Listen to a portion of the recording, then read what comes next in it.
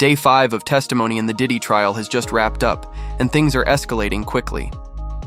Homeland Security dropped a bombshell, revealing that some of Hollywood's biggest names have ties to Diddy.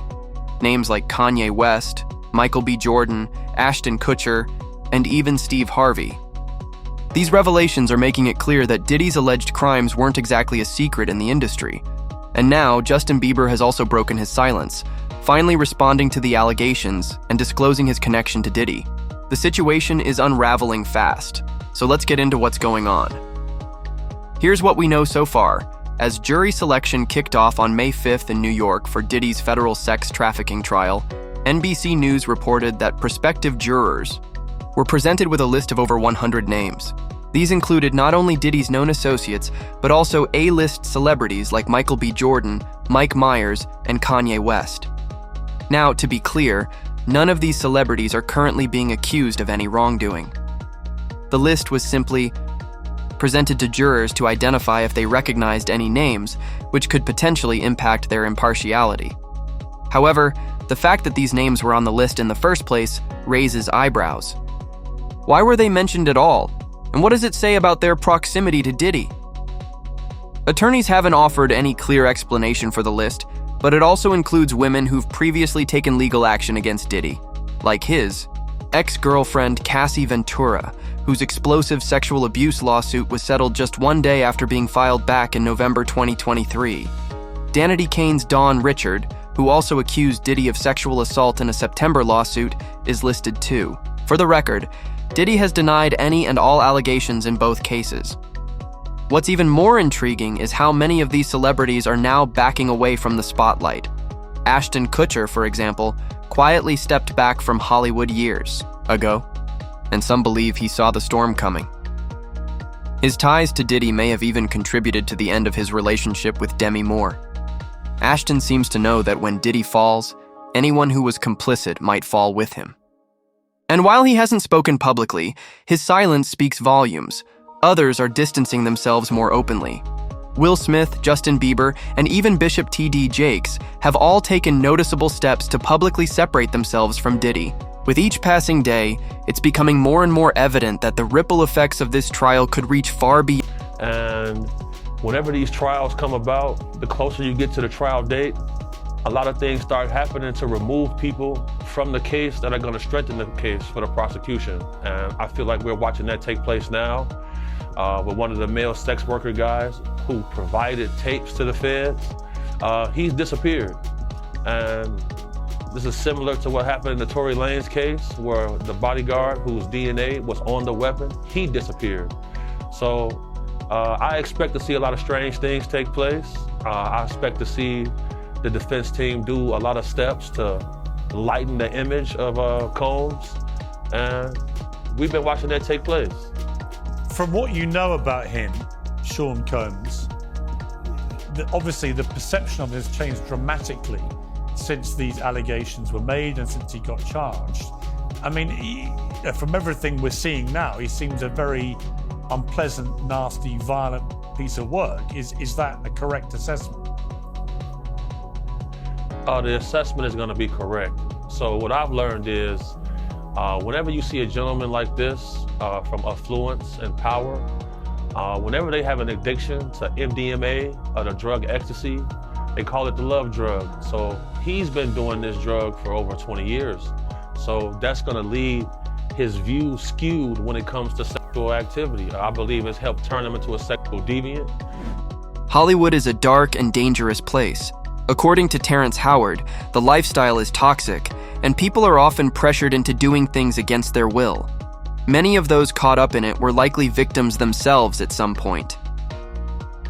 Fact, back in 2019, Demi revealed that when she was just a child, her mother allowed men to sleep with her in exchange for $500. Now to Demi Moore, she revealed in her memoir that she was sexually assaulted at the age of 15, writing that her mother let the abuser in their home. Well, today, Demi talked to Howard Stern more about this on his Sirius XM radio show. But you say you pushed it away. You don't need, you just recently. I pushed it away because I felt like it was my fault. Like I felt like I had behaved in a way that was Provocative? and mature, like I really knew a lot. And I never really looked at myself as being a kid. And so I never looked at it as rape. I mean, I saw it as an unfortunate and, you know, Yet he forced you into it. I was very embarrassed by it. In all honesty, I think that the shame I carried because of the rape made me afraid to feel I could comfortably express myself sexually. It makes me just remember the conversation that I had with her where she talked about the purpose of her writing this book was to share her story in hopes that it would empower other young women. She did talk about a lot of other things to Howard Stern. She said she auditioned for Top Gun, obviously didn't get the part, but would later work with Tom Cruise as a co-star in A Few Good Men. Yes. One of my One of my favorites. favorites. If you love that video, you're gonna love everything on the Access YouTube channel, so hit the subscribe button. You can thank me later. Hit it. Now. Thanks. What happened to Demi Moore is disturbing in itself, but what's even more shocking is that she later became close friends with Diddy and was frequently seen at his infamous parties. At the time, Demi was married to Ashton Kutcher, who wasn't just another guest. He was Diddy's right-hand man during the early 2000s and a constant presence at every one of Diddy's iconic white parties. Do you believe she sold you? I think in my deep heart, no. I don't think it was a straightforward transaction, but she still did give him the access and put me in harm's way. Considering Demi Moore's own childhood abuse, it's shocking to see her later associate with someone like Diddy and allegedly participate in abuse herself. A resurfaced video from 1982 has recently stirred controversy. The footage shows Demi, seemingly intoxicated, kissing 14-year-old Philip Tanzini. This happened in the early 80s, and at the time, Demi was married to Fred Moore. A freak? I would say he's definitely a freak. I heard some wild stories. I heard he had We all heard that. Yeah, you know. But then, come on, I want to hear what you heard. I mean, I heard that he had this dude Ashton Kutcher bent over him. Now I'm gonna tell you the truth. Him and Ashton Kutcher was really tight. We used to go to his crib. He had a penthouse on 74th and 8th Avenue in Central Park. Wow, okay, I've got a lot I can't tell. So, I can't tell that one either. I mean, I'm like actually cycling through them. There was one moment, so it's not really a party story, but our relationship was really bizarre. So it started over punked, because he was like, yo, Don't punk you me. can't punk me. And I was like, I don't know what to tell you, everybody's on the table. He's like, not me, I'm off the table. And so that started our conversation. We became fast friends, and we used to just hang out and watch football together. When Danny Masterson was convicted of rape in 2023, Ashton Kutcher publicly supported him by writing a letter to the judge, personally vouching for Danny's character.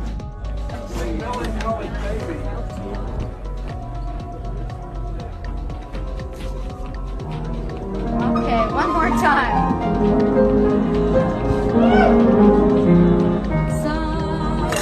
Why do you think everybody's come out? I don't know. Maybe just because I love them all and I hope they all love me. We do love him. And I love them.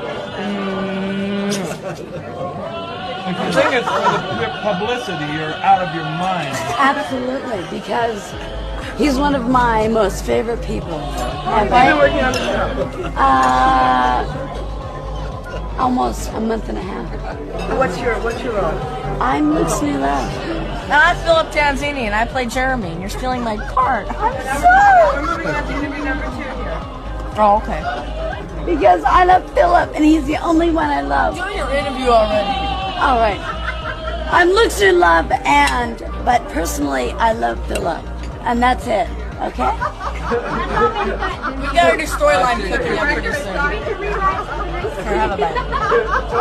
I want to say happy birthday to Philip because I love him dearly. He's one of my most favorite people. For about 3 weeks. And he's been terrific. All of these celebrities get roped into doing things they don't want to do. This entire industry is filled with predators, and they all work together to cover up each other's crimes. Couch casting is still very much alive in the industry, and Diddy is a very small cog in a very big machine. The day you let someone use you sexually in return for favors in the industry is the day that you lose yourself. You need to stand by your boundaries and respect yourself. You don't recover from giving yourself up like that.